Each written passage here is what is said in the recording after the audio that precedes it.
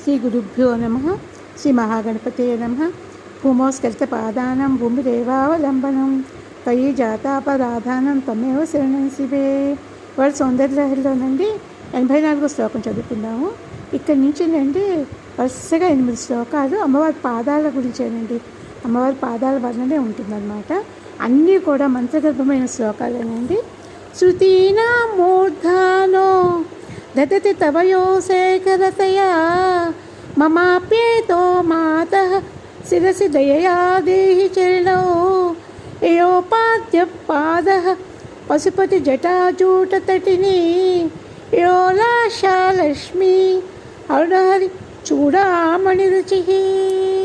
ఇక్కడ ఏం చెప్తున్నారంటే, తల్లి వేదములు తమ శిరస్సులపై ధరించినవి నీ చరణములు. అంటే ఏంటి? ఉపనిషత్తులపై ధరించారన్నమాట. ఉపనిషత్తులు ప్రతిపాదించే తత్వము నీ పదము అని ఒక భావం. 4 వేదాలు బ్రహ్మకి 4 తలలు కనుక బ్రహ్మ శిరస్సును దాల్చిన చరణములు నీవి అని ఇంకొక భావం అన్నమాట.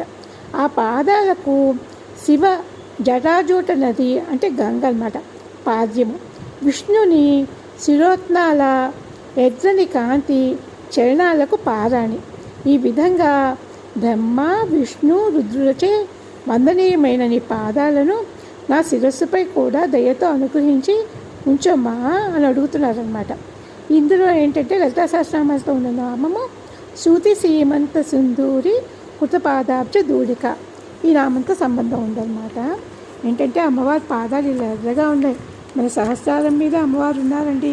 ఆవిడ పాదాలని మనం గుర్తించడం రావాలన్నమాట.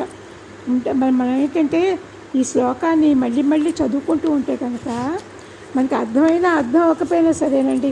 ఇదంతా కూడా మంత్రాలతో ఉన్న శ్లోకం, అక్షరాలు అన్నమాట, బీజాక్షరాలతో ఉన్న శ్లోకం అన్నమాట. దానివల్ల ఏమిటవుతుందంటే ఆ సహస్రాలలో అమ్మవారు కూర్చుని ఆవిడ పాదాలు మన తలపై పెట్టినట్టు భావించాలండి. అమ్మవారి దయ ఉంచి ఒక్కసారి మనపై తలపై ఆవిడ పాదాలు ఉంచిందనుకోండి, అసలు ఆవిడ పాద రేడు దొరికితేనే చాలు అనుకుంటాం కదా. ఎంత అదృష్టం చెప్పండి. ఎలాగంటే విష్ణువు కిరీటం మీద ఉన్న అరుణమణి ఆవిడ పాదాల మీద పడి పాదాలు ఎర్రగా అవుతున్నాయి అన్నమాట.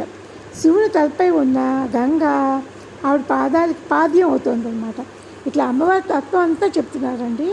వేదాంతములందు ప్రతిపాదించిన అమ్మ ఆవిడ బ్రహ్మ విద్యా స్వరూపుడి. అమ్మ బ్రహ్మ విద్యా స్వరూపుడి. ఇదొక్కటేనా ఉండి మన అంత అమ్మవారైనా మన అమ్మ కాబట్టి మనకి చాలా దగ్గర అనమాట. అమ్మ దగ్గర ఎంత దగ్గరగా ఉంటామండి. ఆవిడ ఎవరైనా సరే మనకి అమ్మ కాబట్టి మనం చాలా చనువుగా దగ్గరగా ఉండగలుగుతాం. అమ్మ నీ పాదాలు ఒక్కసారి నా శిరస్సు మీద పెట్టమ్మా అని అడుగు.